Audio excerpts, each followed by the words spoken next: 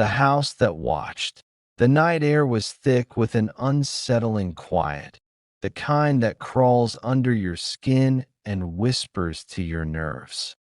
Miles from the nearest town, hidden deep in the shadowed woods of Pennsylvania, stood an abandoned house that locals called the Hollow House.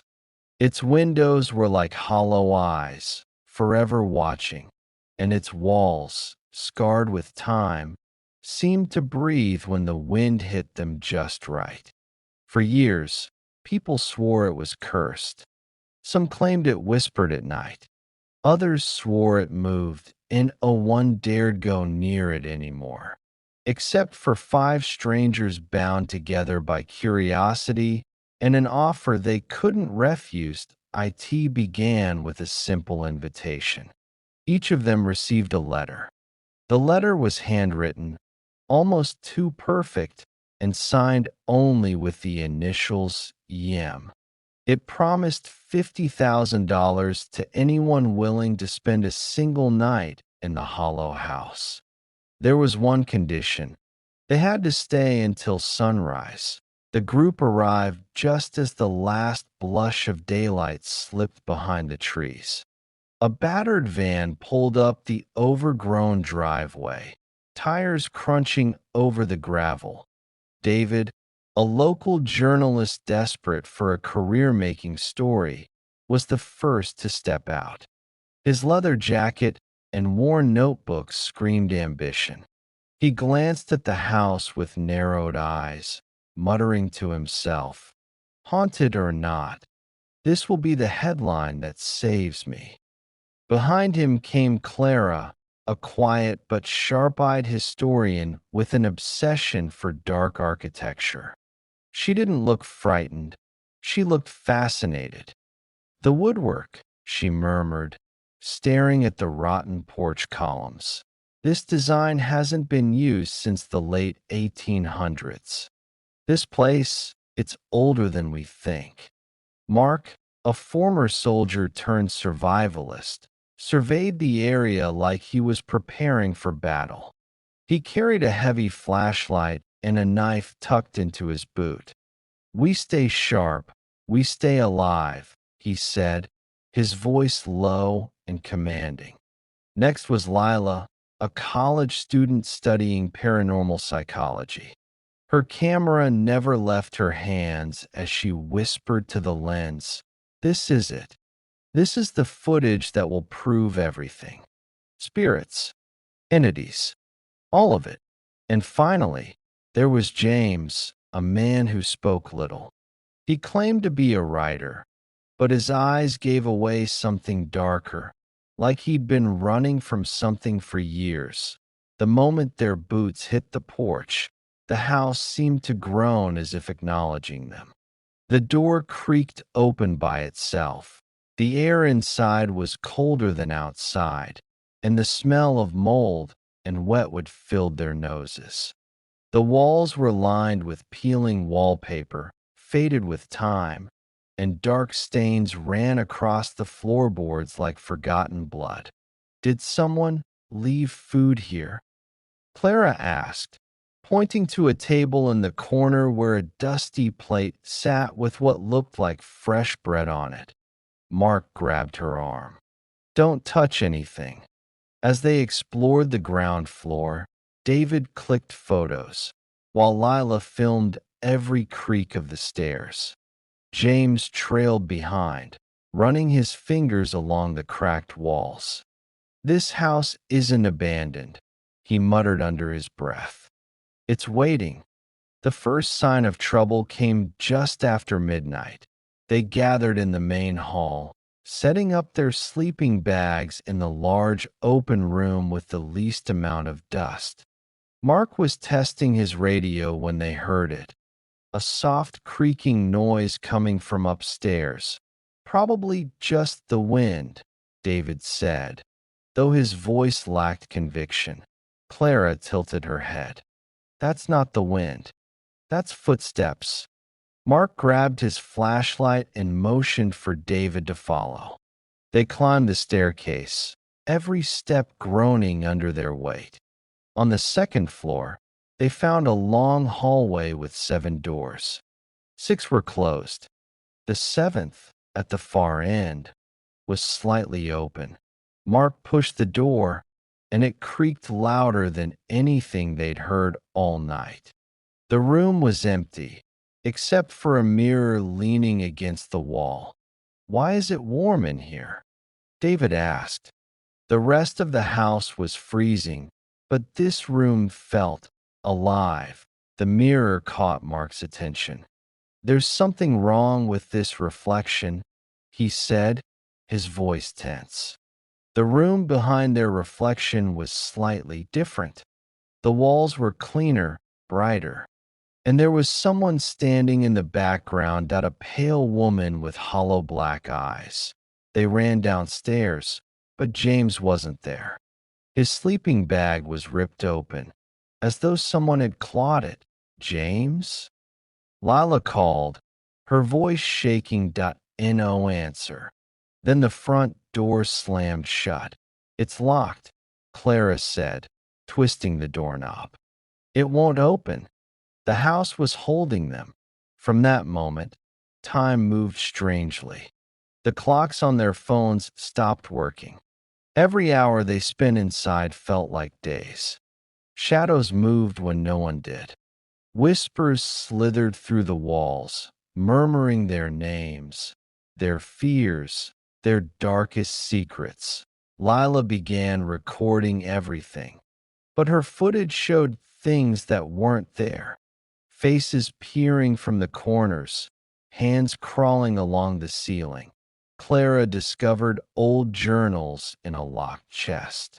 The writing inside was frantic and bloodstained. They spoke of a family who lived here in 1892, a family who fed the house to keep it alive.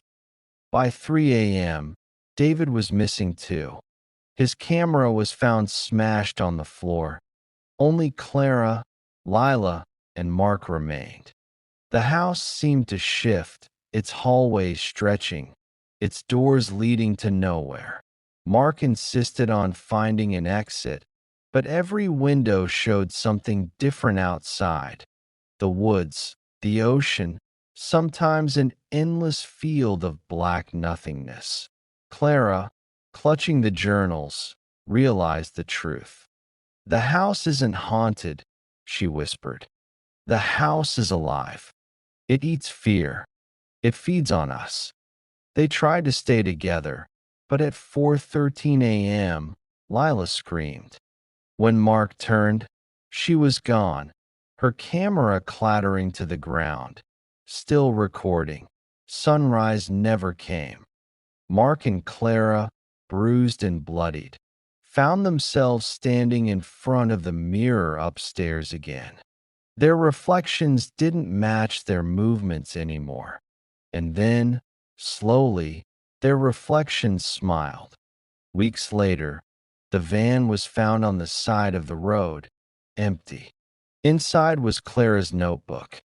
Her final entry read, "The house is always watching. We are inside the walls now. We can see you too." Here's the second horror story. The last broadcast. The rain fell like shattered glass against the broken windows of an old radio station that had been silent for more than 3 decades. Perched on a hill outside the quiet town of Fairvale, the station's black metal tower clawed at the stormy sky like a skeletal hand. The locals whispered stories about the last broadcast, a chilling night in 1989 when every frequency in town carried the screams of the station's crew, followed by static. No bodies were ever found. For years, the place remained locked, rotting away under the weight of time and rumors. But tonight, a new team was walking into its dark heart point. 4 individuals had been handpicked for a paranormal documentary project. The deal was simple: spend the night inside the station, investigate what really happened, and stream their findings live. It was part of a reality web series called Echoes of the Dead. Mason, the show's host and producer, led the team with the kind of bravado only a desperate man could carry. His career was crumbling, and this episode was his last chance to save both his name and his show. Eva, the tech specialist, followed behind him, her laptop and signal equipment strapped to her back. She didn't believe in ghosts, but she believed in data. She had already hacked into the station's old wiring to power her monitors. Kyle, the cameraman, was the quiet type, always seeing the world through his lens. His dark eyes darted nervously at the rain-slicked windows as he adjusted his gear. And there was Sophie, a local radio historian who had agreed to be their guide. She knew the legends better than anyone else and claimed she could still hear voices on static when tuning to certain frequencies near midnight. When they stepped through the door, the storm outside seemed to vanish into silence. The air was thick with the smell of rust, wet paper, and something metallic. Like old blood, the station was trapped in time. Dusty equipment still sat in the main broadcast room, wires tangled like dead snakes across the floor. A single microphone stood on the table, cracked and bent, as if it had been grabbed in terror during that final transmission. "This place looks like a grave," Kyle muttered while adjusting his camera. "Perfect," Mason said with a smirk. "Let's give the audience what they came for." As midnight approached, Eva began scanning radio frequencies. For hours, they heard nothing but static. Then, just past 12:30, a voice crackled through the old speakers. It wasn't a voice from the present. It sounded like it came from decades ago. "Please, help us. It's coming back." The team froze. Mason laughed nervously. "Good trick, Eva." "That's not me," she said, her face pale as she pointed at the disconnected cables. "None of this equipment is powered." The voice repeated, this time clearer. "If you hear this, you're already dead." The lights flickered, and for the briefest second, every monitor in the room flashed an image of the 4 crew members, but not as they were. They looked older, gaunt, their skin gray and lifeless. Eva's equipment suddenly recorded a strong signal coming from the basement. Against Sophie's warning, Mason insisted they investigate. The basement was a labyrinth of old storage rooms and broken recording booths. On the walls were faint, scratched words. "It wants voices. It eats sound." They found a large reel-to-reel tape recorder sitting in the center of the floor. It was running on its own, the tape spinning despite being disconnected. Mason pressed stop. The building screamed. It wasn't a sound from the speakers. The walls themselves vibrated, groaning with an otherworldly noise that shook the floor beneath their feet. Kyle's camera flickered, and through the lens, he saw things the others couldn't.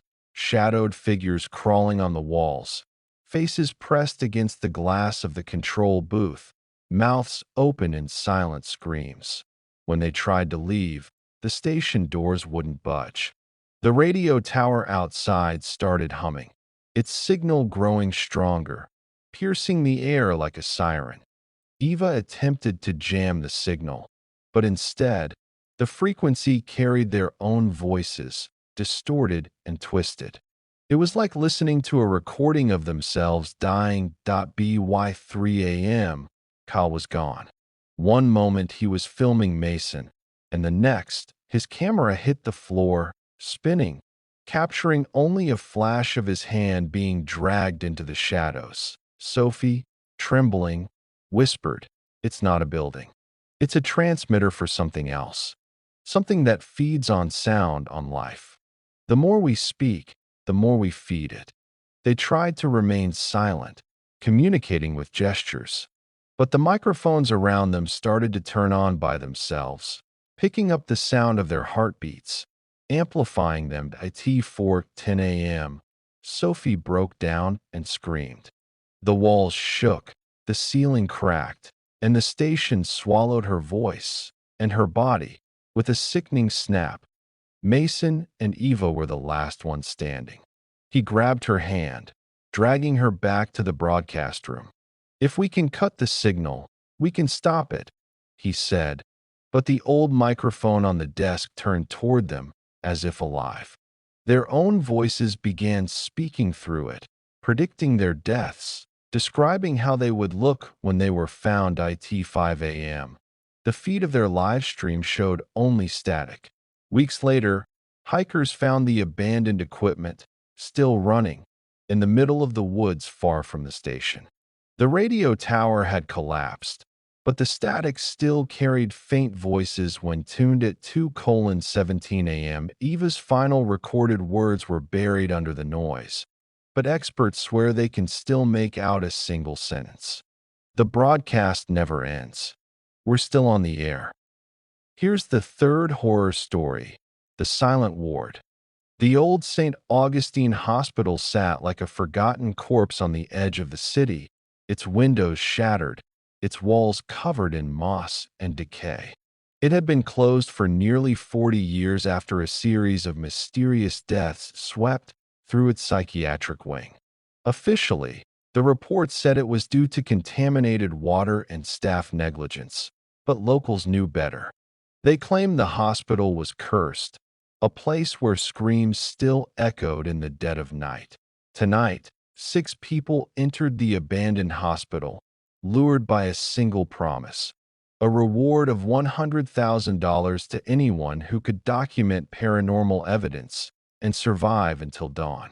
They thought it would be a thrill, a ghost hunting adventure, but they didn't realize the silent ward was waiting for them. The dark SUV rolled to a stop in front of the rusted gates. Daniel, the group's leader and self-proclaimed paranormal investigator, stepped out first. His voice was sharp and confident as he filmed the crumbling facade of the hospital. "This," he said into the camera, "is the infamous St. Augustine. They say no one who's entered its psychiatric wing has ever been the same." Behind him came Rachel, a skeptic and journalist, hired to write an article exposing haunted myths. She didn't believe in ghosts, but the tension in her jaw betrayed a quiet unease. "This place feels wrong," she murmured, glancing at the broken windows. Leo, a thrill-seeker with a love for urban exploration, was next. He grinned, shining his flashlight around like a child unwrapping a present. "Oh, this is going to be fun," he said, but his laughter sounded hollow. Then there was Ava, a former nurse who had worked in hospitals for years. She carried a small first aid kit and an expression that said she didn't trust the walls around her. She was followed by twin brothers, Max and Simon, who filmed everything for their online horror channel. They were joking and laughing until the hospital's heavy front doors groaned open on their own.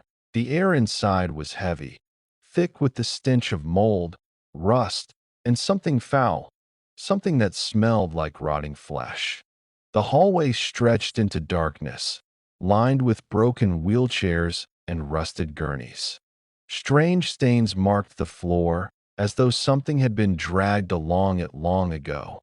"This is insane," Rachel whispered. "How is this place still standing?" The first hour passed in nervous laughter and false bravado. They explored the emergency wing, finding medical files scattered across the floor, pages stained with water and time. Ava picked up a record and frowned. "These aren't normal patient notes," she said softly. These are experiments. These patients were tested on." At midnight, Leo suggested they head to the psychiatric ward, the silent ward. That's where all the legends started. As they approached the locked double doors, Max filmed the peeling paint and whispered into the camera, "If the stories are true, this is where the screaming never stopped." The doors swung open with a metallic screech, and a cold gust of air hit them. Inside, the walls were covered in claw marks, as if dozens of hands had tried to escape. The rooms were filled with rusted bed frames, some with leather restraints still attached. There were drawings on the walls, childlike sketches of people screaming, drawn with what looked like dried blood. That was when the first voice came. A faint whisper carried down the hallway. "Don't stay here." They froze. Rachel scanned the hall with her flashlight. "Did anyone just say something?" "Not me," Simon muttered, his camera shaking. "Tell me you all heard that." Moments later, a loud bang echoed from one of the rooms. They rushed to it, cameras rolling, only to find a single wheelchair rocking back and forth. No wind, no draft, just movement. At 1 a.m., the first person vanished. They were checking a stairwell when Max realized Simon was gone. The last thing his camera recorded was a shadow moving across the wall. Tall, thin, with arms that seemed far too long. They searched the ward, calling Simon's name. But the more they shouted, the more the building seemed to come alive.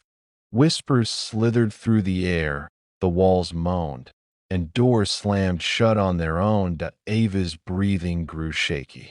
"This place, it's feeding on us. It's like it wants us to be afraid." By 2 a.m., they found the old operating room.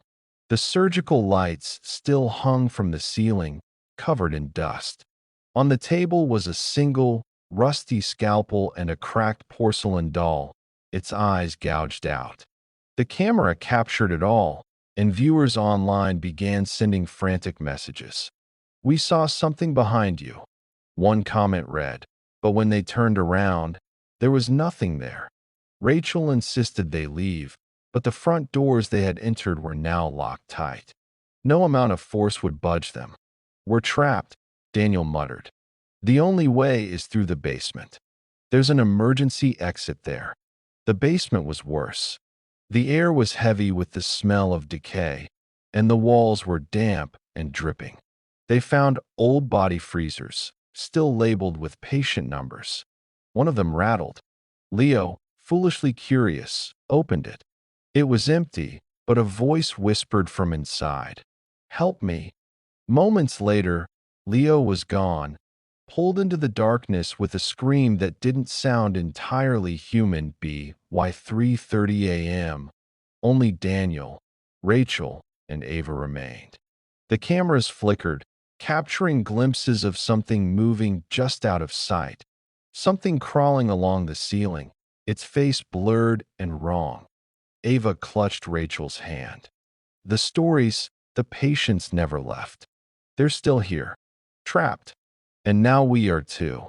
Daniel tried to use the radio for help, but all he got was static, and then a voice. His own voice. "Daniel," it whispered, "you're next." The rest of the night was chaos. The building's layout shifted, hallways twisting into endless loops. The silent ward laughed at them, the sound echoing from everywhere and nowhere. Rachel's camera caught something inhuman chasing them, but the footage distorted before it could show its face. By 5 a.m., Ava was gone, dragged into the operating room. Her screams cut off suddenly, as though the walls themselves swallowed her. Daniel and Rachel, covered in dust and blood, stumbled into the basement's boiler room, only to find it wasn't a boiler room anymore. It was a morgue, lined with black body bags. One by one, the bags began to unzip themselves. Rachel dropped the camera. "We're not getting out," she whispered. "This place doesn't let anyone out." The last recording showed Daniel screaming as the lights blew out, leaving only the sound of footsteps, heavy breathing, and the whisper, "Stay with us." When dawn came, the hospital stood silent again. Weeks later, their equipment was found piled outside the front gate, cameras still rolling, but with no sign of the team. The final video ends with Rachel's voice, trembling and distant. The silent ward isn't empty. It's waiting. And now we're part of it. Here's the fourth horror story, The Drowned Queen. The ocean was black that night, a vast and endless void swallowing the horizon. In the distance, a massive ship drifted silently across the waves. Once, It had been known as the Queen Ariadne, a luxury cruise liner built to rival the Titanic. But its maiden voyage in 1978 ended in tragedy.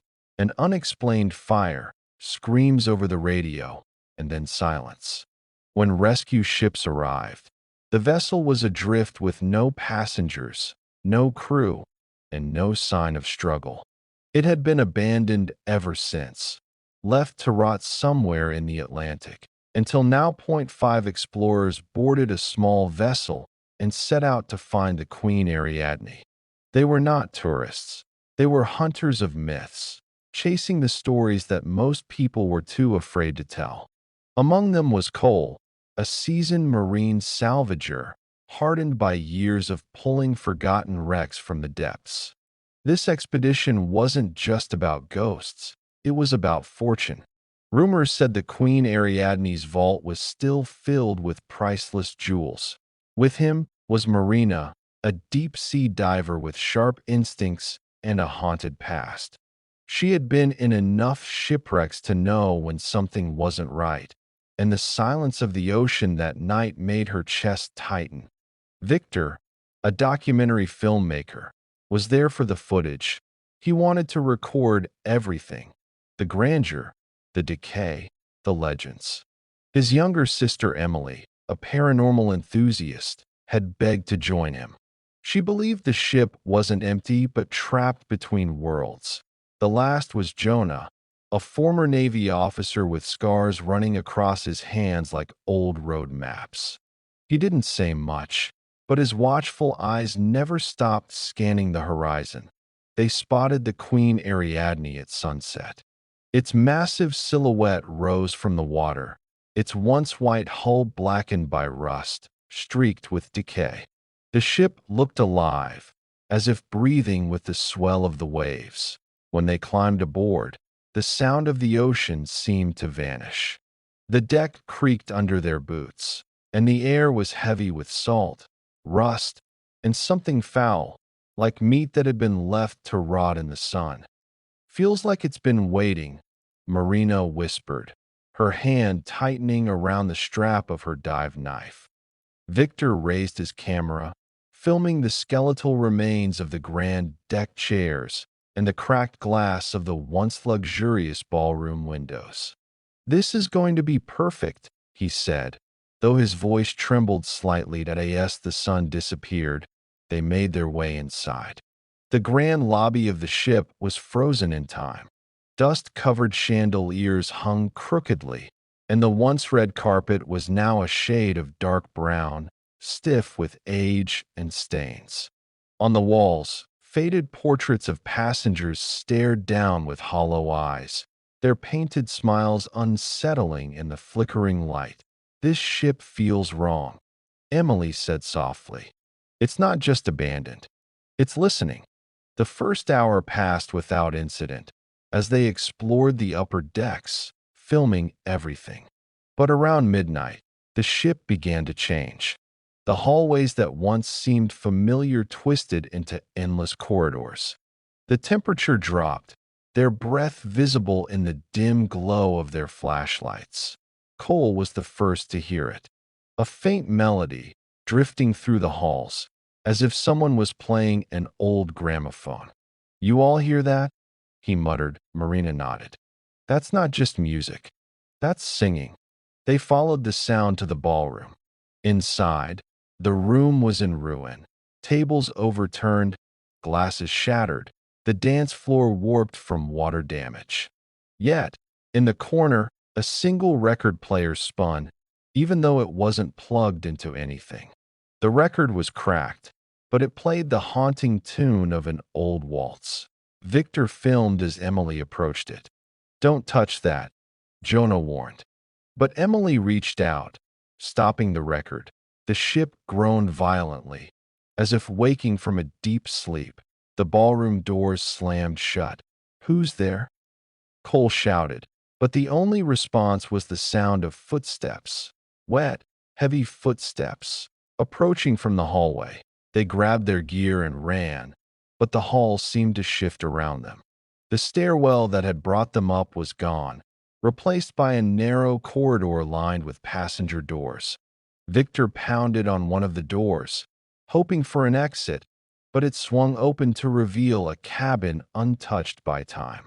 The bed was neatly made, a suitcase on the floor, and a glass of wine sitting on the nightstand, fresh, as though someone had just poured it. Emily stepped inside, drawn to the eerie perfection of the room. "Someone's here," she whispered. The door slammed shut behind her. They banged on the door, shouting her name, but when Victor kicked it open, the room was empty. The glass of wine was still there, but Emily was gone. "What the hell is happening?" Marina gasped. The ship creaked again, the sound like something massive shifting deep below. By 2 a.m., they reached the dining hall. Tables were still set with silverware, but the plates were full of rotted, blackened food. As they moved through, a chandelier above them suddenly swayed, dropping shards of glass onto the table. Victor's camera caught a figure standing at the far end of the hall, a woman in a torn evening gown, her skin pale and dripping with seawater. Her eyes were empty black voids. She smiled at them, and then vanished. Jonah's voice was steady but grim. "We're not dealing with ghosts. We're dealing with the ship itself. It doesn't want us to leave." They tried to find the lifeboat they had tied up earlier, but the deck was empty. Their vessel was gone, swallowed by the waves, or something worse. At 3:30 a.m., they reached the engine room. The machinery was rusted, silent, but the walls were slick with water. In the reflection of the water pooled on the floor, Victor saw faces staring back at him. Not their own, but pale passengers, eyes wide with fear, mouths opening and closing as though screaming. Suddenly, the water rose, fast and unnatural. It wasn't coming from leaks. It was rising from below as if the ship was bleeding the ocean into itself. Cole dragged Victor up a ladder, but the water swallowed Jonah. His scream was cut off as something pulled him under. The remaining three fought their way to the captain's quarters. Inside, they found a logbook. The last entry, dated the night of the disaster, read, "She is awake. The ship doesn't want us to leave. We are all part of her now." The walls began to shake, and the sound of footsteps returned, dozens of them, marching closer. Shadows of passengers filled the halls, their bodies flickering like candle flames. Victor, panicking, kept filming. "We need proof. If we die here, someone has to see." He stopped. A pale hand gripped his shoulder from behind. When Marina turned, Victor was gone. By 5 a.m., only Marina and Cole remained. They climbed to the deck, hoping to signal for help, but the ocean was unnaturally calm, stretching endlessly with no horizon. "Where's the sun?" Marina whispered. "It should be rising." Cole shook his head, gripping the railing. "We're not in the same ocean anymore." The ship's horn suddenly blared, a deafening sound that shook their bones. When they looked toward the ballroom windows, they saw it. Hundreds of passengers, all pale and drowned, standing silently, watching them. The last footage from Victor's camera, recovered weeks later, showed Marina standing at the edge of the deck, staring into the water. Her reflection didn't move with her. It smiled. Cole's voice was heard in the background, whispering, "The ship won't let us go. We belong to her now." The Queen Ariadne was found drifting again a month later, with no one aboard. The only thing left was Victor's camera. The final audio recording played faintly, the voice of a woman singing that same eerie waltz, over and over. The drowned never leave. The sea keeps what it loves. Here's the fifth horror story, Whispers of the Hollow Woods. The forest began where the road ended. Beyond the cracked asphalt, a line of ancient trees loomed like silent sentinels, their twisted branches clawing at the gray sky. The locals called it Hollow Woods, a place avoided even by the most seasoned hunters. The story said time was broken there. People who entered came out days, weeks, or even years later. If they came out at all, point five friends stood at the forest's edge, their camping gear strapped to their backs. They weren't tourists. They had come to find someone. Jared, the oldest of the group, gripped the strap of his backpack tightly. His younger sister, Mia, had gone missing in these woods 3 months ago. The police had called it hopeless, but Jared refused to believe she was gone. He had found strange recordings from her phone, sounds of voices whispering her name from the trees. Alongside him was his best friend, Theo, who tried to hide his fear behind a crooked smile. He held a map that was already useless. The forest stretched far beyond anything marked. Sarah, Mia's college roommate, followed close, holding a camera for their search documentary. Behind her walked brothers Aiden and Luke, skilled hikers who had agreed to help for a price. The first steps into the woods were heavy with silence. No birds, no wind, no life. The air was colder, and the sunlight seemed to dim as soon as they crossed the threshold. After an hour of walking, they found the first sign, Mia's scarf, tied to a low-hanging branch, stained with mud but unmistakably hers. Jared's jaw tightened. "She's here," he said as night fell. The forest changed. The trees seemed to close in on them, their roots twisting like skeletal hands reaching for their boots. The group set up camp in a small clearing. The moment the fire was lit, they heard it, a faint voice drifting through the darkness. "Jared, help me," Mia's voice. Jared jumped to his feet, flashlight cutting through the shadows. "Mia," he shouted. The voice faded into silence. Theo grabbed his arm. "It's not her. It's the woods. It's messing with us." But Jared refused to believe it. Around midnight, Sarah was reviewing her footage when she noticed something odd. In the background of one shot, between the trees, was a figure. Not Mia, not anyone they recognized. It was tall and thin, its body blending into the bark of the trees, as if it was part of the forest itself. And it was watching them. They heard movement in the darkness, footsteps circling the camp. Luke shined his flashlight, but there was nothing. Then the fire went out. Panic spread. They scrambled to relight it, but the matches were damp, as if the air itself had soaked them. That's when Aiden screamed. He was standing at the edge of the clearing, pointing. Everyone turned. The trees had moved. The path they had taken was gone, swallowed by walls of trees that hadn't been there minutes ago. "We're not leaving tonight," Sarah whispered. "This place doesn't want us to leave." By 2 a.m., the whispers began. At first, they were faint, like distant voices on the wind. But soon, they grew louder, circling them. The voices called their names, mocking them, laughing softly. Theo grabbed Jared's shoulder. "We have to stay together. Whatever this is, it's—" Before he could finish, Aiden was gone. One moment he was standing by the fire. The next, his flashlight lay on the ground, flickering. They called his name, but all they heard was his voice calling back from somewhere deep in the woods, screaming for help. Luke, his brother, ran after the sound despite their protests.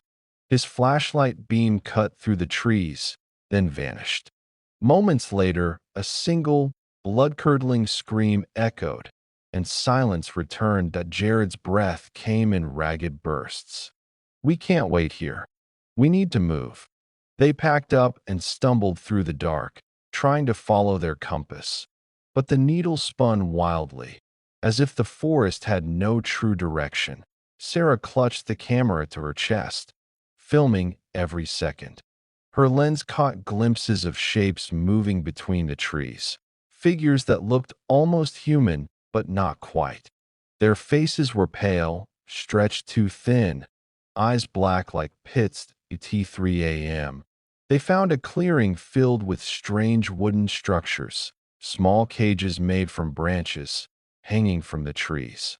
Inside one of the cages was Mia's backpack. "Mia!"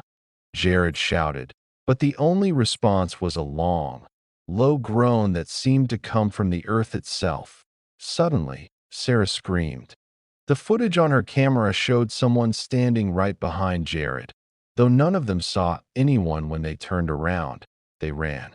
The forest didn't let them go. The trees shifted, forcing them in circles. Time lost meaning. Minutes felt like hours, and the moon seemed stuck in place by 4 a.m. Theo was barely holding it together. "This place is alive," he whispered.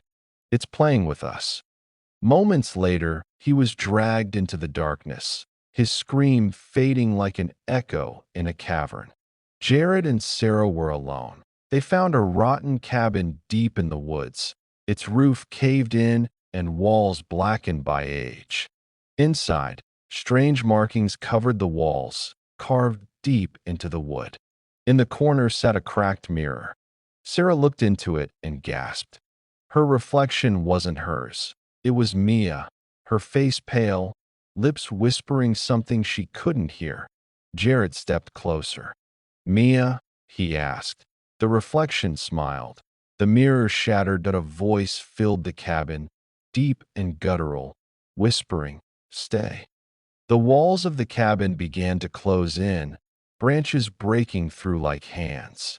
They bolted outside, running blindly, until Sarah tripped and fell. Jared turned back, reaching for her, but the ground beneath her opened like a mouth, swallowing her into darkness. "Sarah?" Jared screamed, clawing at the dirt, but she was gone. Alone, he stumbled through the forest, following faint whispers of Mia's voice. The trees bent and twisted, leading him to a massive oak with a hollow in its trunk. Inside the hollow was Mia's phone, still recording. That he picked it up. On the screen, a video played. It showed him, Jared, standing in the same spot, but his face was pale, hollow-eyed, and whispering something in a language he didn't understand. The last thing Jared saw was the forest closing around him, the branches wrapping like arms around his chest. When search parties found the edge of Hollow Woods weeks later, they discovered Sarah's camera lying on the road, still recording. The footage ended with Jared's voice whispering, faint and broken, "We never left. The woods keep what they want." Here's the sixth horror story: the town that doesn't sleep. The road into Grey Ridge wound through the mountains like a cracked ribbon, vanishing into clouds that clung to the peaks. It was a town almost no one remembered, tucked away between dense forests and cliffs that looked like teeth. Most maps didn't show it anymore. Those who lived nearby said Grey Ridge wasn't just forgotten. It was cursed. Liam Carter didn't believe in curses. A freelance journalist, he was chasing an old story about the town's mysterious disappearance from public records in 1985. He had read about strange events, people who drove in and never drove out, letters sent from the town that arrived decades late, and nights that seemed to last longer than they should. He thought it was all myth, the kind of tale locals used to keep tourists away. That he arrived just as the sun sank behind the mountains. The town looked frozen in time. Old wooden storefronts lined the single main street, their paint faded, signs dangling loosely in the evening wind. A diner stood on the corner, its neon sign flickering. "Eat." The first person he met was Evelyn, the diner's owner. She was tall, her hair streaked with gray, and her eyes carried the weight of someone who hadn't slept in years. When Liam asked for directions, she just stared at him for a moment too long before saying, "You shouldn't be here after dark." He smiled nervously. "I just need a place to stay for the night." She hesitated, then handed him a key. "There's an old inn at the end of the street. But don't leave your room after midnight. Do you understand?" Her tone left no room for argument. The inn was as old as the town itself, with wallpaper peeling off the walls and the scent of dust thick in the air. The innkeeper, a frail man named Charles, gave him a room on the second floor. "Don't open the windows," Charles said quietly, his gaze fixed on something unseen beyond the hallway. To by 10 p.m., the town had gone silent. No cars, no voices, not even crickets. It was as if everything had stopped breathing. Liam, curious, set up his camera near the window, determined to document whatever secrets Grey Ridge was hiding. Around 11:30, he heard it, the sound of footsteps outside on the empty street. Slow, heavy, dragging footsteps. He looked out but saw nothing, only the dim glow of the diner's sign flickering. Then came the whisper that it was faint, like someone speaking directly into his ear. "Don't look," it said. He turned away from the window, heart pounding. At midnight, the town changed. The silence deepened, becoming something oppressive. Shadows moved differently, stretching in ways that didn't match the moonlight. He heard doors creaking open, though the inn was supposed to be empty. Grabbing his camera, Liam crept into the hallway. The air felt colder, each breath fogging in front of his face. At the end of the hall, he saw Charles standing by the stairs, staring at nothing. "Is something wrong?" Liam whispered. Charles turned slowly, his eyes wide and bloodshot. "They're awake," he said in a voice that didn't sound like his own. "Once you hear them, they'll never let you leave." Before Liam could respond, Charles turned and walked out into the night. Liam followed him outside. The town looked wrong. The buildings seemed taller, their windows glowing with faint, sickly light. In the distance, shapes moved, figures too tall, their limbs bending at strange angles, faces hidden by shadow. One of them turned toward him, its head tilted unnaturally, and even though it was far away, Liam felt its eyes on him. But he ran back into the inn, slamming the door. At 2 a.m., he woke to find his camera still recording, but the footage wasn't of his room. It showed the streets of Grey Ridge, empty yet alive, as though the camera had walked the town on its own. In the corner of one frame, he saw himself, standing in the middle of the road, staring blankly into the dark. But he hadn't left the room. By 3 a.m., the whispers grew louder. They didn't just come from outside. They seeped through the walls, the floorboards, even the mirror. They called his name over and over, voices that sounded like Evelyn, Charles, and dozens of others. Liam grabbed his keys and ran. He sprinted to his car, but when he started the engine and looked down the road, the way out of town wasn't there. The street just ended. Beyond it was nothing but a black void. "Please, let me go," he muttered, his voice shaking. The void seemed to answer with laughter. He drove through the town in circles, but every turn led him back to the diner.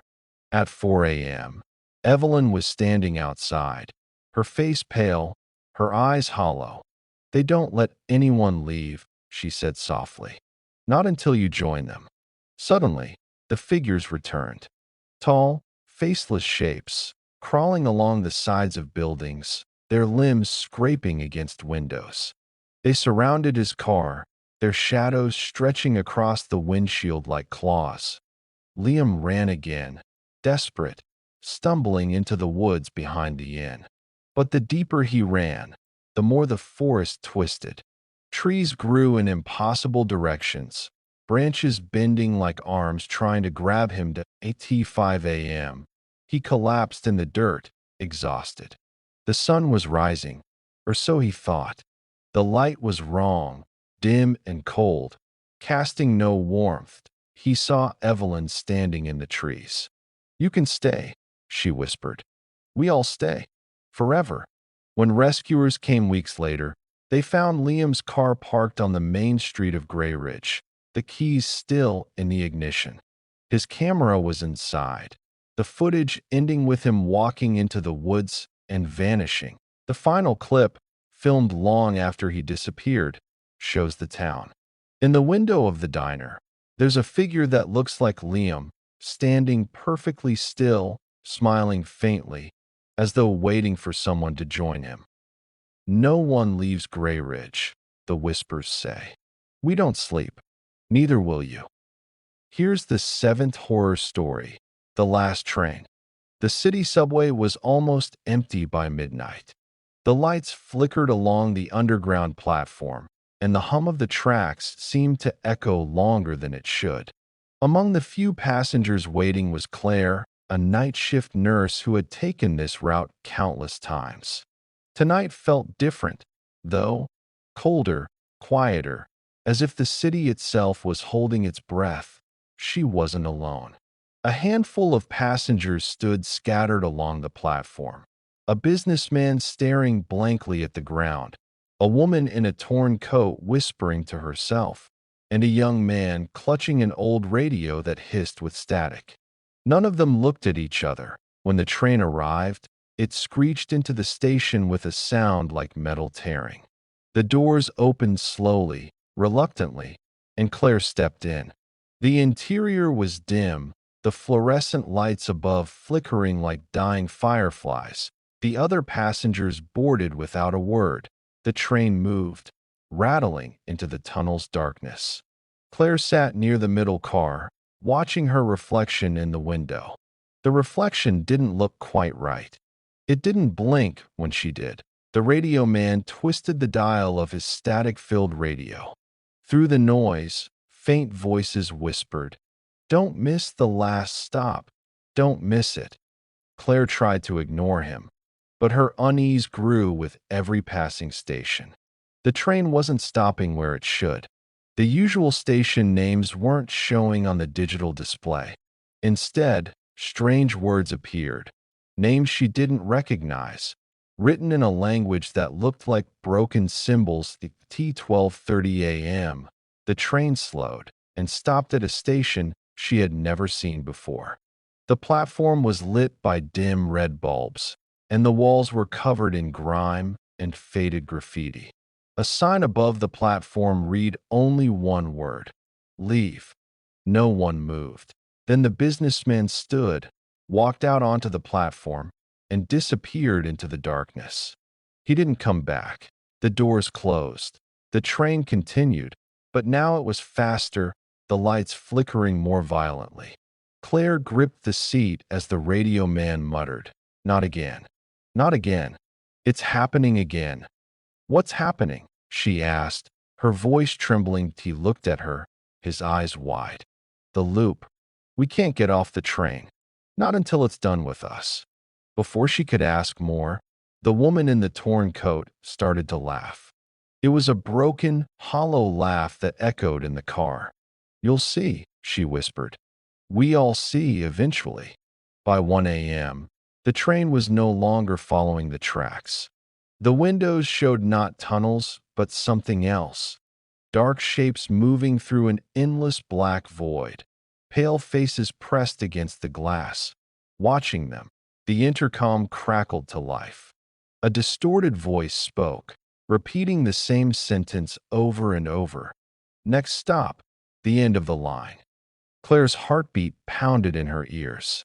She stood, moving toward the next car, but the doors between cars wouldn't open. The woman in the torn coat was gone. She turned and saw her standing at the far end of the car, only now her eyes were black, her smile stretched too wide. "You're not supposed to be here," the woman said, her voice layered with something deeper, something inhuman. The lights cut out. When they came back on, the car was empty except for Claire and the radio man. His radio emitted a faint melody, a lullaby that made her skin crawl.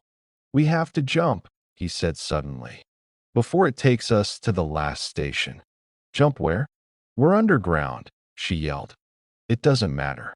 Anywhere is better than the last station." The train screeched as it slowed again, stopping at another station.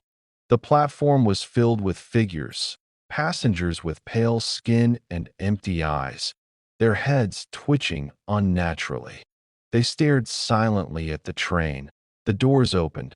Claire and the radio man backed away. One of the figures stepped in. Its movements were stiff, jerky, like a puppet on strings. It sat across from them, grinning. "Stay on," it said in a voice like static. "Stay until the end." The radio man snapped. He rushed to the window and smashed it with his radio. "Now," he shouted. Claire hesitated, but the grinning passenger tilted its head, and its smile widened to reveal a mouth that stretched far too wide, filled with rows of jagged teeth. She jumped. The world outside the train wasn't solid. It was like falling through smoke, through time itself. She landed hard on a cold floor, gasping for air. The radio man landed beside her. They were back on the platform where it all started. Midnight. The same passengers were there. The same businessman. The same woman in the torn coat. "What's happening?" Claire whispered. The radio man shook his head. "It's a loop. We're stuck. We'll keep riding that train until..." The lights flickered. The train screeched into the station again, doors sliding open with that same reluctant hiss. And this time, Claire's reflection in the glass smiled at her before she stepped inside. Here's the 8th horror story: Rooms of the Forgotten. The Briarcliff Hotel sat at the edge of town like a relic from another century. Once it was a symbol of luxury and wealth, but decades of abandonment had left it rotting and silent. The townspeople whispered about it, about the guests who had vanished inside, about the strange lights seen through its broken windows at night. They said the hotel was cursed, that every room held a memory of death, trapped and replaying forever. When Mark, an urban explorer with a popular online channel, decided to spend the night in Briarcliff, he thought it would be just another thrill. He wasn't alone. His girlfriend Julia, best friend Chris, and tech-savvy producer Dana came along, armed with cameras, lights, and bravado. The promise of a viral video and thousands of views was too tempting to resist. The entrance was chained shut, but Mark cut through it. The doors groaned as they pushed inside. A wave of cold, stale air hit them, thick with the smell of mold, dust, and something faintly metallic, like rust mixed with old blood. The lobby was grand but crumbling. A dusty chandelier hung above them, and a cracked marble counter stood at the far end. Behind it was a wall of room keys, each hanging in perfect order as if waiting for guests that would never come. "This place is incredible," Chris whispered, setting up his camera. "Creepy, but incredible." They set up their gear in the lobby, planning to film room by room through the night. Mark picked a key at random, room 203. As they climbed the winding staircase, the air grew colder and the wood creaked under their steps. Room 203 was almost untouched, as if someone had left just yesterday. A pair of slippers sat neatly by the bed, and an old suitcase was tucked in the corner. Julia walked to the mirror and froze. "Mark, look," she whispered. The mirror didn't show them. It showed someone else, a man in a suit, sitting on the bed with his head in his hands, sobbing. His mouth moved silently, but there was no sound. Then, suddenly, his reflection looked up, not at Julia, at them, directly at them. The lights in the room flickered, and the sound of a gunshot echoed, sharp and deafening. Julia screamed. The man in the mirror collapsed, blood pooling around his head. Then the mirror went black. "We're getting this on camera, right?" Dana said, voice shaking. Chris nodded, though his hand trembled as he held the camera. Mark tried to laugh it off, but the unease was creeping in. "It's just a trick, some kind of reflection from outside." But deep down, none of them believed it at by 11 p.m. They explored room 305. This room was different. The walls were scratched, claw marks tearing through the faded wallpaper. In the center was a child's rocking horse, moving slightly as though someone had just been there. The air was colder here, so cold they could see their breath. Dana's equipment began to glitch, her camera freezing. A soft giggle filled the room, a child's laugh, sweet and distant that Chris's camera caught it, a small shadow darting across the floor. Then a voice whispered from under the bed, "Play with me." Julia grabbed Mark's arm. "We need to leave. This isn't worth it." But Mark refused. "We're staying. We need the footage." At midnight, the entire hotel seemed to wake up. Doors slammed in the distance. The elevator creaked, even though no one touched it. They heard footsteps on the floors above them, heavy and deliberate. Yet the hotel was supposed to be empty. They found room 410 with the door wide open. Inside, the walls were covered in black, burnt marks, and the smell of smoke filled their lungs. The moment they stepped in, they heard it, a woman screaming, crying for help. The sound was deafening, like being in the middle of a fire. The room grew hotter and hotter until Julia fainted. They dragged her out, coughing, but when they looked back, the room was normal, dusty, cold, and empty. "Something's wrong with this place," Dana said, pale. "Every room is stuck in something terrible, something that happened here." Mark, shaken but stubborn, insisted on seeing the penthouse suite. "If something's going to happen, it'll be there." The penthouse was massive but eerie, with shattered windows and old furniture covered in white sheets. The moment they entered, all the lights in the hotel went out. Only their flashlights pierced the darkness. Then they saw him. A figure standing in the corner, a man in an old bellhop uniform, his face gray and hollow, eyes black like empty sockets. "Get out," he said, his voice a deep growl. "Get out before the hotel takes you." The doors slammed shut, locking them inside. Julia woke up screaming, pointing at the windows. "They're watching us," she cried.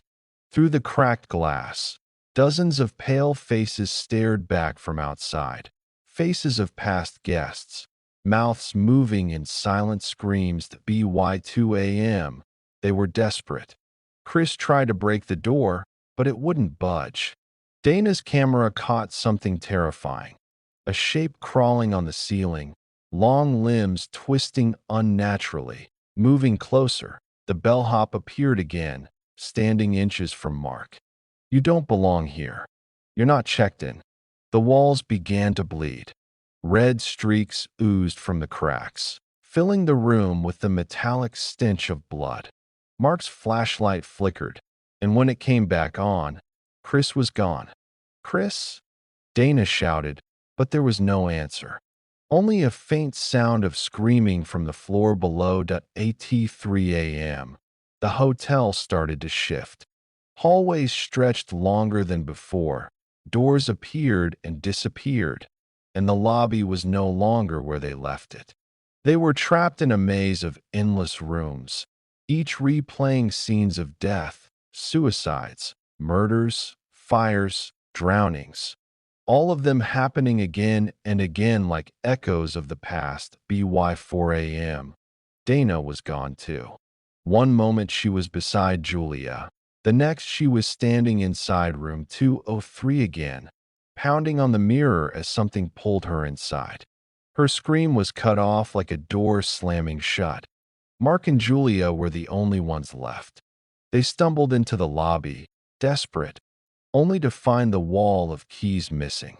In its place was a single message scratched into the wood. "Checkout is forever." The chandelier above them crashed to the floor. The sound echoed through the entire hotel at 5 a.m. The front doors opened, but the world outside wasn't the same. The street was gone. There was only darkness, stretching endlessly.